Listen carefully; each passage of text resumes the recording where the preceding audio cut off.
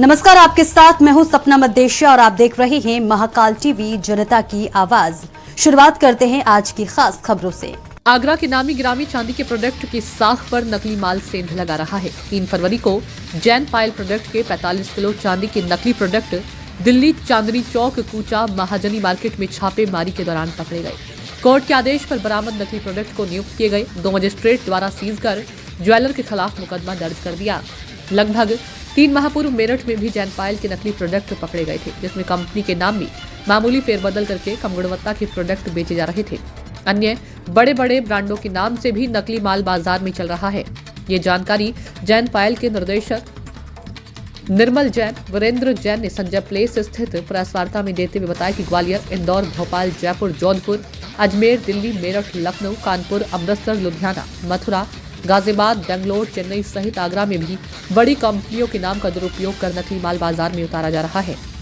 इससे अच्छा काम करने वाली कंपनियों की साख खराब होने के साथ ही ग्राहकों को भी नुकसान झेलना पड़ता है। जैन पायल के नाम से जोधपुर में भी नकली माल बनने की शिकायत मिली है। दिल्ली के चांदनी चौक कूचा महाजनी मार्केट में नकली माल बनने की सूचना पर जैन पायल के द्वारा कोर्ट के आदेश पर छापेमारी कराई। अब नकली माल बनाने वालों के खिलाफ मुकदमा पंजीकृत कर कानूनी कार्रवाई की जाएगी।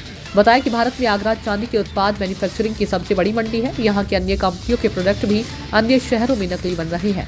जोधपुर में भी जैन पायल के नाम से बन रहे नकली प्रोडक्ट की शिकायत की थी। इस अवसर पर रजत जैन, विभोर जैन, रौनक जैन, प्रिंस गुप्ता आदि मौजूद रहे।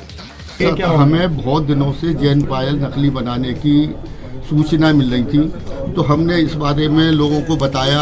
हमारी यहाँ के एसोसिएशन को हमने अवगत कराया, प्रेस कॉन्फ्रेंस भी की थी, लेकिन किसी भी तरह से कोई समझने को तैयार नहीं था। सराफा कमेटी, सराफा एसोसिएशन, ये सब लोगों ने कहा कि इसके लिए कड़ी कार्रवाई कीजिए, तो हमने ये कार्रवाई दिल्ली के ऊपर की।